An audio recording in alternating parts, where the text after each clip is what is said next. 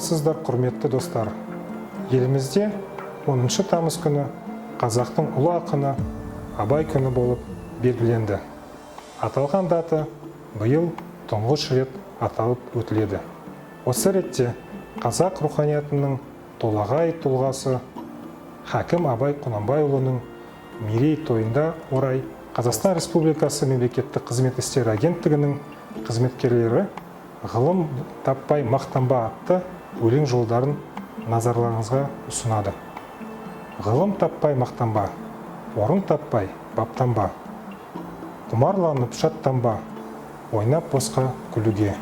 5 нәрседен қашық бол, 5 нәрсеге асық бол, адам болам десеңіз. Тілеуің өмірің алдыңда, оған қайғы жесеңіз.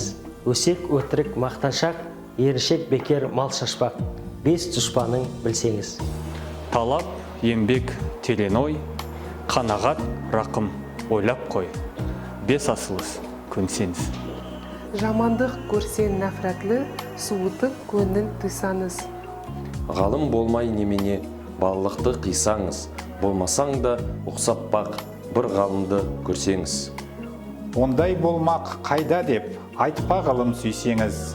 Сізге ғылым кім берер, жанбай жатып сөнсеңіз. Дүниеде өзі мал өзі, ғылымға көңіл берсеңіз. Білгендердің сөзіне махаббатпен ерсеңіз. Ақыл сенбей сенбеңіз. Бір іске кез келсеңіз, ақсақал айтты, бай айтты. Кім болса мейлі, сол айтты. Ақыл менен жеңсеңіз. Адамдарға бой берме, шын сөзбенен өлсеңіз. Аят хадис емес қой, көпір болдың демес қой, қанша қарсы келсеңіз. Көп орында көріне айтпа, біздің сөзге ерсеңіз. Мұны жазған кісінің атын білме, сөзін біл.